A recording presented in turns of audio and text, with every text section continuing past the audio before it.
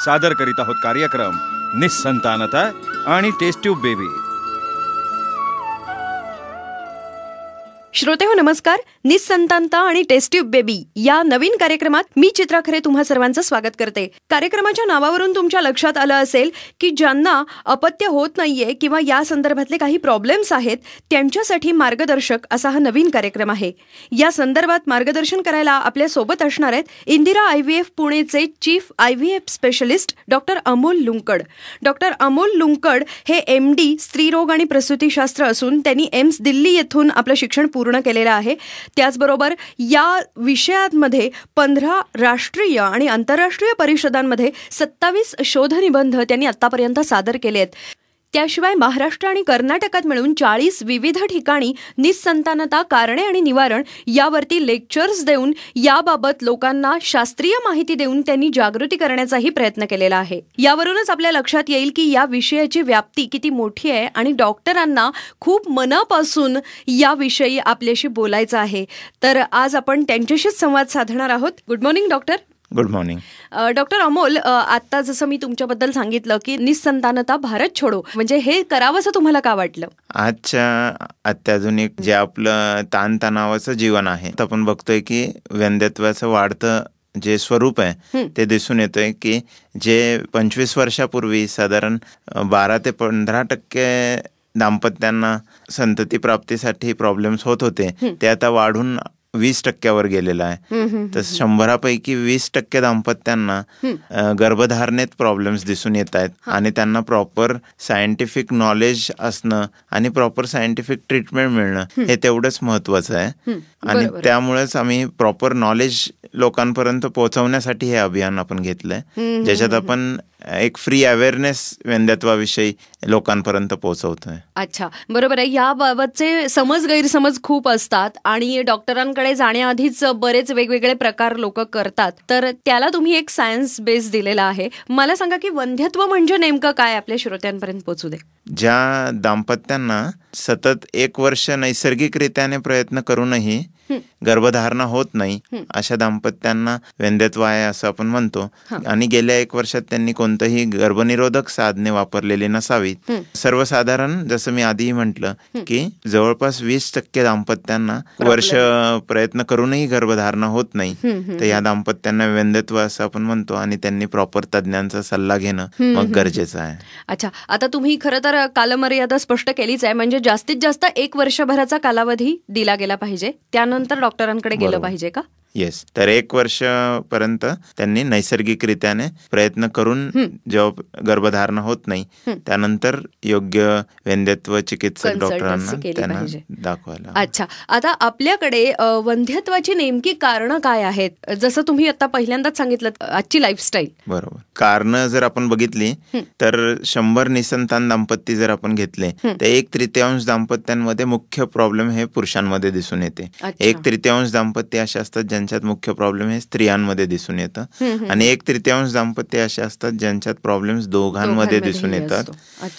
समाजात हे समजवणं सगळ्यात गरजेचं आहे की जेवढ्या प्रमाणात स्त्री जबाबदार असण्याची शक्यता आहे तेवढ्याच प्रमाणात पुरुषही जबाबदार असण्याची शक्यता राहते.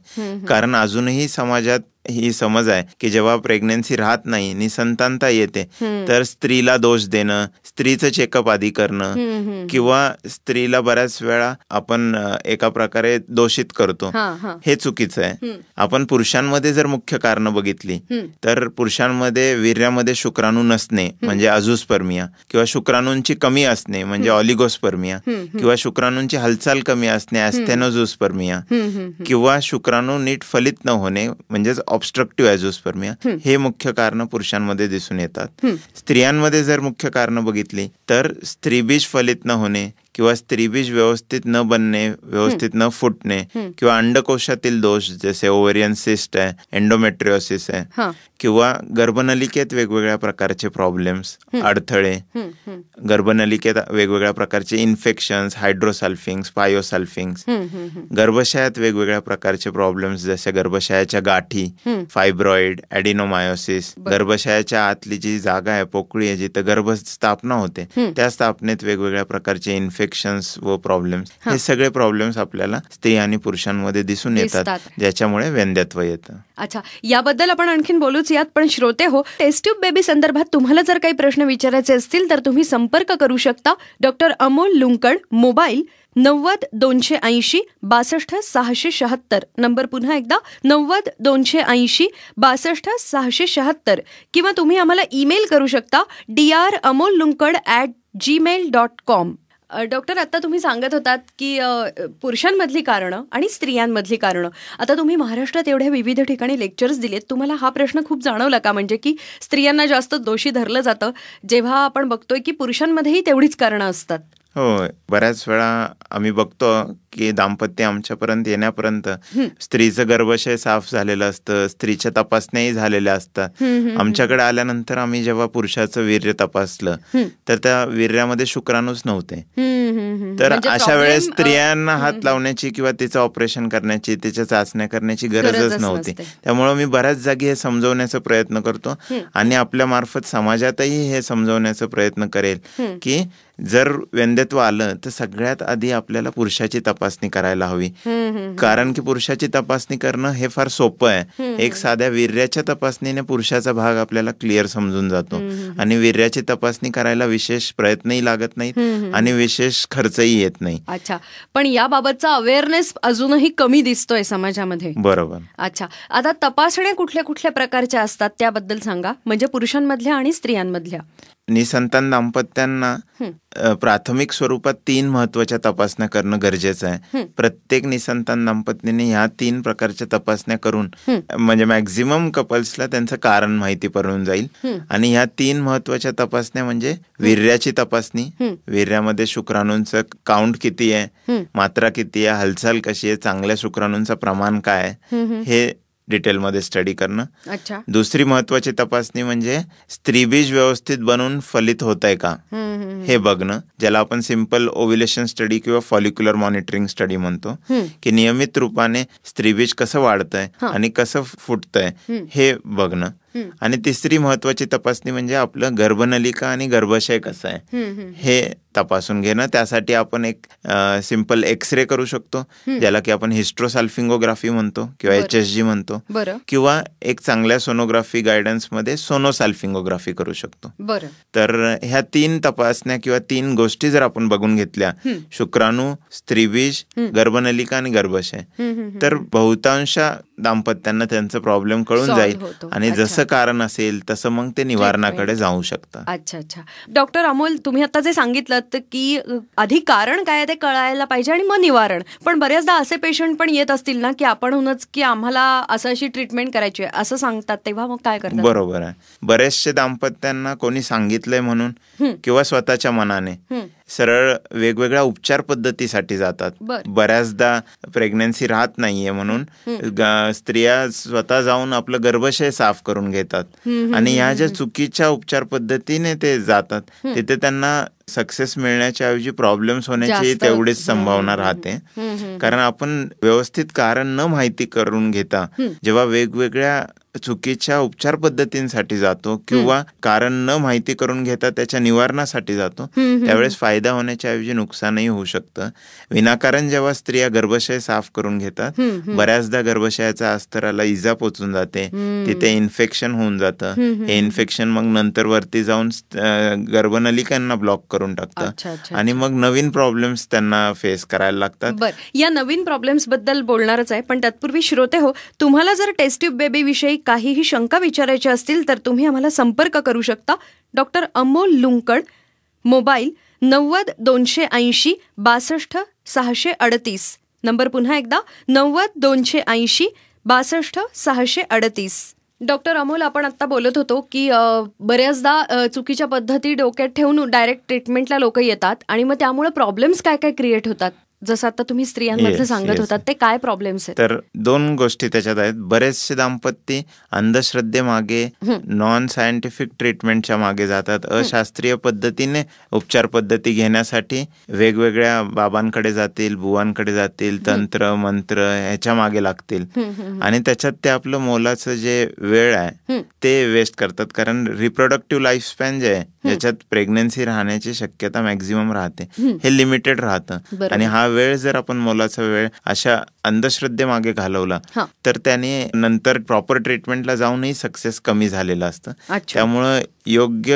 वेळी प्रॉपर सायंटिफिक ट्रीटमेंट घेणं महत्वाचं आहे. दुसरं, कारण माहिती न करता निवारणाकडे जाऊ नये. हा हा हा. त्याबद्दल तुम्ही सांगत होतात आता की बेसिकली स्त्रियांच्या बाबतीत हा प्रॉब्लेम जास्त येतो की त्यांच्यामध्ये खरं तर दोष नसतानाही जर त्यांनी काही ट्रीटमेंट घेतली तर काय काय त्याच्यामुळे तोटे संभवतात मूल हा. होण्याच्या दृष्टीने, ते बरोबर. सांगा. जसं मी सांगितलं की विनाकारण बऱ्याच वेळा गर्भाशय साफ करून घेतलं जातं आणि मग त्यामुळे काय होतं की गर्भाशयाला इजा होणार, गर्भनलिकांना प्रॉब्लेम्स होणार आणि कारण नसताना जेव्हा आपण विनाकारण गर्भाशय साफ करतो, सफाईचं ऑपरेशन किंवा क्युरेटास ज्याला आपण म्हणतो, बरोबर. त्यामुळं उलट प्रॉब्लेम्स वाढून जातात. आपण पुढच्या ऍडव्हान्स ट्रीटमेंटला जरी गेलो हा. तरी तिथे ह्या प्रॉब्लेम्सला मग आपल्याला फेस करायला लागतं किंवा त्यामुळे त्या ट्रीटमेंटचाही सक्सेस काही प्रमाणात कमी झालेला असतो. अच्छा, म्हणजे मग परत त्यासाठी वेगळे उपचार घ्यायचे आणि सगळंच खर्चिक होऊन जातं गणित.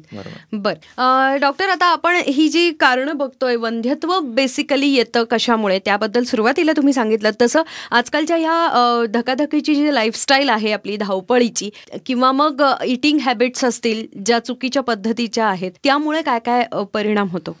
आपण वंध्यत्वाचं जे वाढतं स्वरूप बघतोय त्याच्यात ही जी आपली मॉडर्न लाईफस्टाईल आहे, जे आपलं ताणतणावाचं जीवन आहे, त्याचा नक्कीच परिणाम आपल्याला दिसून येतोय वंध्यत्वाच्या वाढत्या स्वरूपात. आपलं जे शुक्राणूंची मात्रा आहे, शुक्राणूंचा जे क्वालिटी आहे, स्त्रीबीजाची जी मात्रा व क्वालिटी आहे, ह्याच्यावर या जीवनशैलीचा परिणाम, आपण जे दूषित हवा घेतोय, जे दूषित अन्न घेतोय, जे दूषित पाणी आपण पितोय, ह्याच्यामुळे शुक्राणूंवर, स्त्रीबीजावर परिणाम झालेला नक्की दिसून येतोय. अच्छा. आपण जे व्यायामाची कमी आहे, जे जंक फूड आपण खातोय, या सगळ्यांचा परिणाम आपल्याला वंध्यत्वाच्या वाढत्या स्वरूपात दिसून येतोय. अच्छा. आणि दुसरं एक आजकालचं कारण, लग्नाचं वय खूप उशिराचं आहे, त्यामुळे किती फरक पडतो? बरोबर आहे. करिअरिस्टिक ॲटिट्यूड किंवा करिअरमुळं सुयोग्य वेळी लग्न न होणे किंवा गर्भधारणेचं जे सुयोग्य नियोजन व्हायला हवं ते नीट न होणे, हे आपण बघतोय की लेट मॅरेजेस होत आहेत. करिअरिस्टिक ॲटिट्यूडमुळं किंवा करिअरच्यामुळे डिलेड कन्सेप्शन किंवा डिलेड प्रेग्नन्सीसाठी लोक जात आहेत. वय वाढल्यानंतर प्रेग्नन्सीचं नियोजन करतायत आणि त्यामुळं निसंतानताही वाढते. अच्छा. आणि मग प्रेग्नन्सीमध्ये पण खूप प्रॉब्लेम येतात जर वय वाढलं तर. श्रोते हो, तुम्हाला जर टेस्ट ट्यूब बेबी विषयी काही शंका विचारायच्या असतील तर तुम्ही आम्हाला कॉन्टॅक्ट करू शकता. Doctor Amol Lunkad, mobile 90-280 62-676. Number पुन्हा एकदा 90-280 62-676, किंवा तुम्ही आम्हाला ईमेल करू शकता dramolllunkad@gmail.com. डॉक्टर अमोल, आज तुम्ही इथं आलात आणि वंध्यत्वाबद्दलची ही माहिती दिलीत, त्याबद्दल धन्यवाद. धन्यवाद. निसंतानता आणि टेस्ट ट्यूब बेबीच्या पुढच्या भागात पुन्हा भेटूयात काही नवीन प्रश्न घेऊन. तोपर्यंत नमस्कार.